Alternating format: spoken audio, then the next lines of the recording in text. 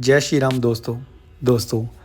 बाबा नीम करोली जी कई बार अपनी लीलाओं से भक्त के क्रोधित होने के बावजूद भी, या जो लोग उनको नहीं जानते थे उनके द्वारा बाबा जी को ईर्ष्या की दृष्टि से देखने के बाद भी, क्रोध की दृष्टि से देखने के बाद भी बाबा जी कभी गुस्सा या नाराज़ नहीं होते थे, अपितु हंसकर उन भक्तों का भी उद्धार कर देते थे।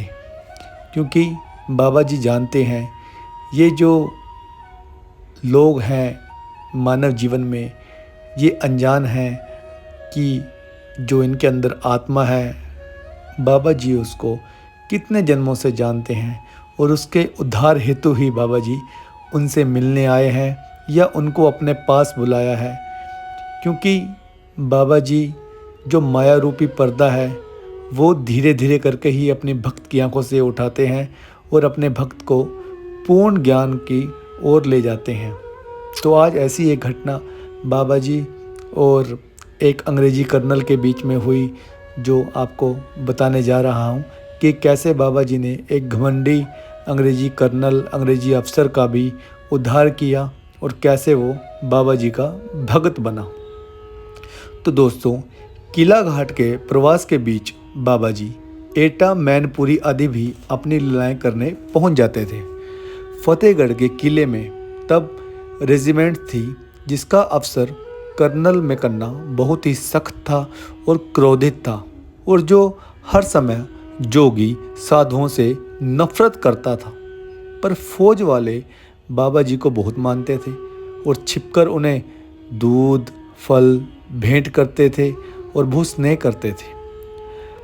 पता नहीं किस मौज में बाबा जी ने कर्नल के हृदय को परिवर्तन करने की ठान ली। एक दिन जब कर्नल बाहर गया हुआ था तो बाबा जी उसके कक्ष में जाकर उसके पलंग पर लेट गए। अर्दली आदि ने मना भी किया कि आप अंदर मत जाएं, आप ऐसे मत करें, बट आप फिर भी डटे रहे। जब कर्नल आया और देखा कि एक अधनंगा साधु उसके बिस्तर पर लेटा है तो वो बहुत क्रोधित हो गया और बाबा जी को अपशब्द सुनाए और खूब भत्सना की, अपमानित किया। कहते हैं उसने बाबा जी को हंटर भी लगाए, पर बाबा जी हंसते मुस्कुराते रहे। इतने अपमान के बाद भी बाबा जी को मुस्कुराते देख कर्नल आश्चर्यचकित हो गया। पता नहीं उस मुस्कुराहट में कर्नल मैकन्ना ने क्या देखा कि तत्काल उसमें बड़ा परिवर्तन आ गया।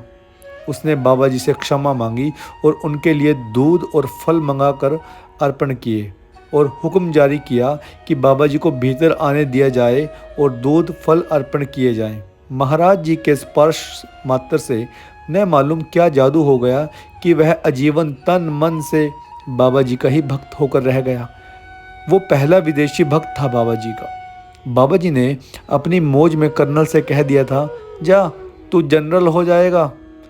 तब मैकन्ना को विश्वास नहीं हुआ था, पर दूसरे विश्व युद्ध में जब वो जनरल बनकर सुदूर पूर्व की कमान संभालता हुआ जापानियों से लड़ा था, तब बाबा जी की कृपा के फलस्वरूप बड़े नरसंहार और अंग्रेजों की हार के बावजूद भी वो युद्ध उपरांत कुशल पूर्वक इंग्लैंड लौट गया।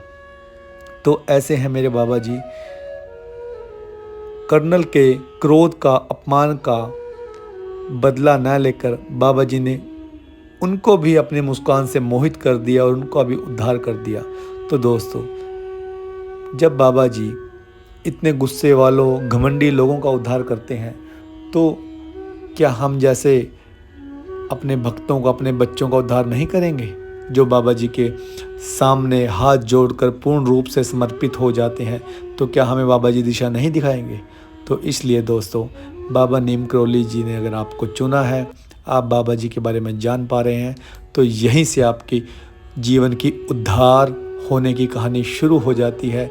यहीं से आपके जीवन की एक नई शुरुआत शुरू हो जाती है और यहीं से आपका जीवन बदलना शुरू हो जाता है। तो आप अपने आप को बहुत सौभाग्यशाली मानें और राम राम का जाप करें और बाबा जी से अपनी प्रार्थनाएं जारी करें और बाबा जी को हमेशा अपना पूर्ण जीवन समर्पित कर दें और जो होगा बाबा जी की मर्ज़ी से होगा। ये कहकर अपना जीवन जिए और लोगों की सेवा करें, भूखों को खाना खिलाएं और फिर आप देखिए आपके जीवन में वो होगा जिसकी आपने कभी सपने में भी कल्पना नहीं की थी दोस्तों।